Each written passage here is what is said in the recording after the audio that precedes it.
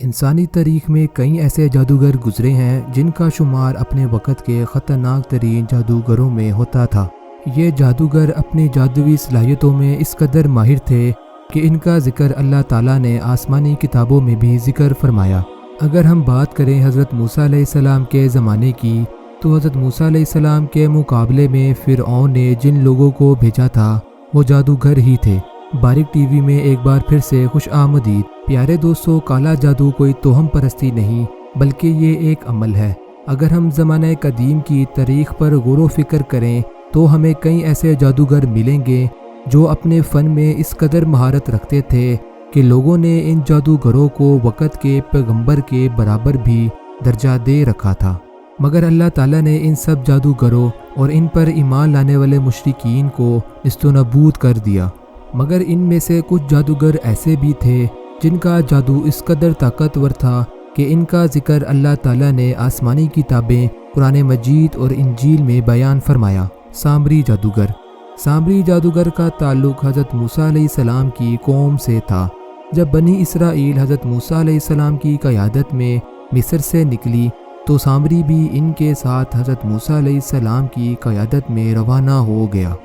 جب حضرت موسیٰ علیہ السلام عبادت کے لیے کوہ طور پر تشریف لے گئے تو سامری جادوگر نے قوم بنی اسرائیل سے ان کے تمام زیورات لے کر ان کو پگھلایا اور ایک بچڑے کی شکل میں ان کو ڈھال دیا۔ سامری جادوگر کا بنایا ہوا بچڑا اس طرح کا تھا کہ یہ لوگوں سے کلام کرتا تھا، اور قوم بنی اسرائیل کو سامری جادوگر نے اس طرف مائل کیا کہ یہ بچڑا ہی تمہارا رب ہے، اور قوم بنی اسرائیل جو کہ صدیوں سے ایک مشرک کی عبادت کر رہی تھی، سامری جادوگر کے اس دھوکے میں آ گئی۔ جب حضرت موسیٰ علیہ السلام کوہ طور سے واپس آئے تو انہوں نے اپنی قوم کو شرک میں مبتلا دیکھا۔ یہ دیکھ کر حضرت موسیٰ علیہ السلام کافی جلال میں آ گئے، کیونکہ وقت کے پیغمبر کے ہونے کے باوجود بھی ایک قوم کا شرک میں مبتلا ہونا بہت بڑا جرم ہے۔ حضرت موسیٰ علیہ السلام نے ان سب لوگوں کو جو شرک میں مبتلا ہوئے تھے موت کی سزا سنائی، اور روایتوں میں آتا ہے کہ تقریباً 70,000 کے قریب لوگوں کو سزائے موت دی گئی۔ قرآن مجید میں سامری جادوگر کا ذکر 3 جگہ بیان ہوا ہے۔ جینس اینڈ جیمبریز یہ وہ جادوگر بھائی تھے جن کا ذکر خاص طور پر قرآن مجید میں سورۃ الشعراء میں بیان ہوا ہے، اور بائبل یعنی انجیل مقدس میں بھی ان 2 بھائیوں کا ذکر ہوا ہے۔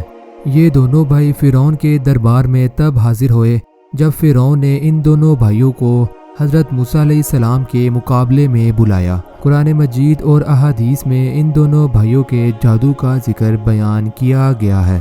فرعون نے حضرت موسیٰ علیہ السلام کے مقابلے میں دنیا بھر سے ماہر جادوگر اپنے دربار میں حاضر کروائے۔ اس وقت کے مصری جادوگر دنیا بھر میں اپنے فن کے حوالے سے مشہور تھے، اور فرعون نے ان سب جادوگروں کو کافی زیادہ سونے کے سکوں سے نوازا اور انہیں حضرت موسیٰ علیہ السلام کے مقابلے میں کھڑا کر دیا۔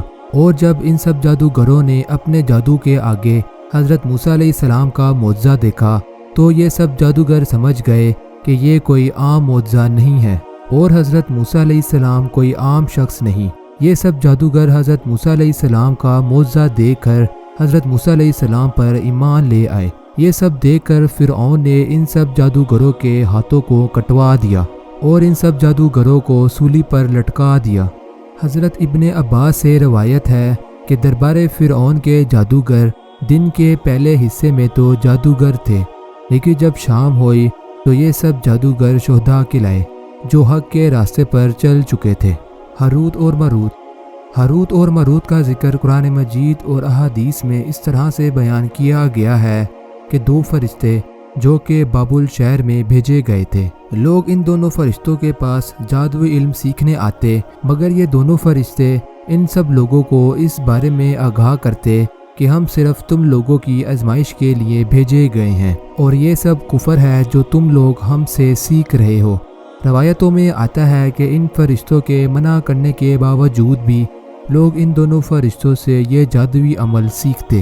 اگر آپ لوگ ہاروت و ماروت کے بارے میں ڈیٹیل ویڈیو دیکھنا چاہتے ہیں تو ہم نے اس موضوع پر ایک ڈیٹیل ویڈیو بنا رکھی ہے۔ مناشی یہودیوں کا وہ بادشاہ تھا جس کا ذکر انجیل مقدس میں بیان ہوا ہے۔ انجیل مقدس کی کئی آیات مبارکہ مناشی کی نافرمانیوں اور اس کی ناانصافیوں کا ذکر کرتی ہیں۔ مناشی یہودیوں کا وہ بادشاہ تھا جس نے اللہ تعالیٰ کی نافرمانیوں میں حدیں پار کر دی تھی۔ مناشی کا ذکر صرف تاریخ میں ایک بادشاہ کی حیثیت سے ہی نہیں ہوتا بلکہ ایک خطرناک ترین جادوگر کے طور پر بھی بیان ہوتا ہے۔ مناشی نے اپنی پوری قوم کو بت پرستی، شرک اور کفر کی طرف مائل کیا۔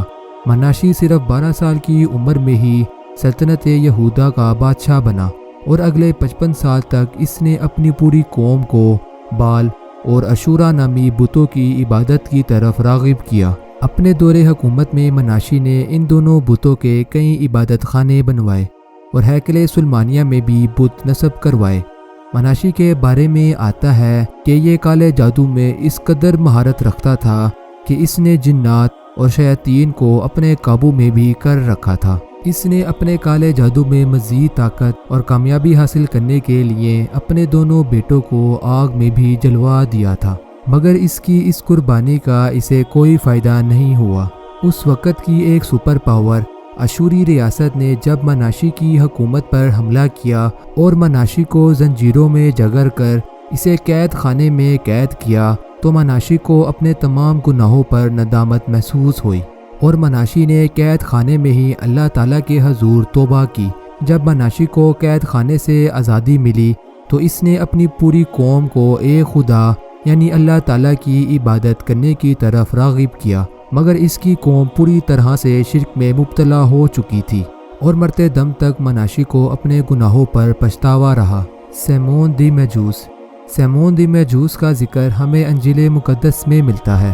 سیمون دی میجوس کا تعلق قوم سامرا سے تھا جس نے حضرت عیسیٰ علیہ السلام کے ایک حواری کے ہاتھوں پر عیسائیت قبول کی تھی۔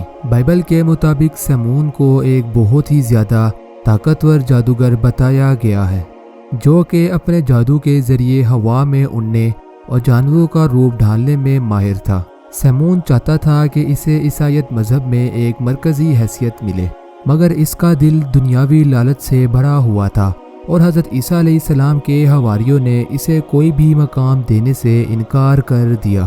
یہاں سے مایوس ہونے کے بعد سیمون مجوسی نے روم کا سفر اختیار کیا اور وہاں جا کر اپنے نئے بنائے ہوئے مذہب شمونیوں کی تبلیغ شروع کر دی۔ لوگ سیمون مجوسی کے جادوئی علم سے متاثر ہو کر اس پر ایمان لے آتے۔ حضرت عیسیٰ علیہ السلام کے ایک حواری نے سیمون کے جھوٹی تبلیغ کو غلط ثابت کرنے کے لیے اس کے ساتھ مقابلے کا اعلان کیا، اور روایتوں میں آتا ہے کہ سیمون مجوسی نے حضرت عیسیٰ علیہ السلام کے حواری کے ساتھ مقابلے کا اعلان کیا۔ روایتوں کے مطابق سیمون مجوسی نے حضرت عیسیٰ علیہ السلام کے حواری کے سامنے اڑنا شروع کر دیا۔ حضرت عیسیٰ علیہ السلام کے حواری نے سیمون مجوسی کے اس جادو کو دیکھ کر اللہ تعالیٰ کے حضور دعا مانگی تو اسی وقت یہ جادوگر زمین پر گر گیا اور اس کے ہاتھ پاؤں ٹوٹ گئے، اور جب یہ سب کچھ اس کے ماننے والوں نے دیکھا تو انہوں نے سیمون مجوسی کو پتھر مار کر ہلاک کر دیا۔ پیارے دوستو، مجھے امید ہے کہ آپ کو ہماری آج کی یہ ویڈیو لازمی اچھی لگی ہوگی اور ہماری اس ویڈیو کو اپنے عزیزوں کے ساتھ لازمی شیئر کیجیے گا۔ ہم آپ سے ملیں گے نیکسٹ ویڈیو میں، تب تک کے لیے اپنا بہت سا خیال رکھیے گا۔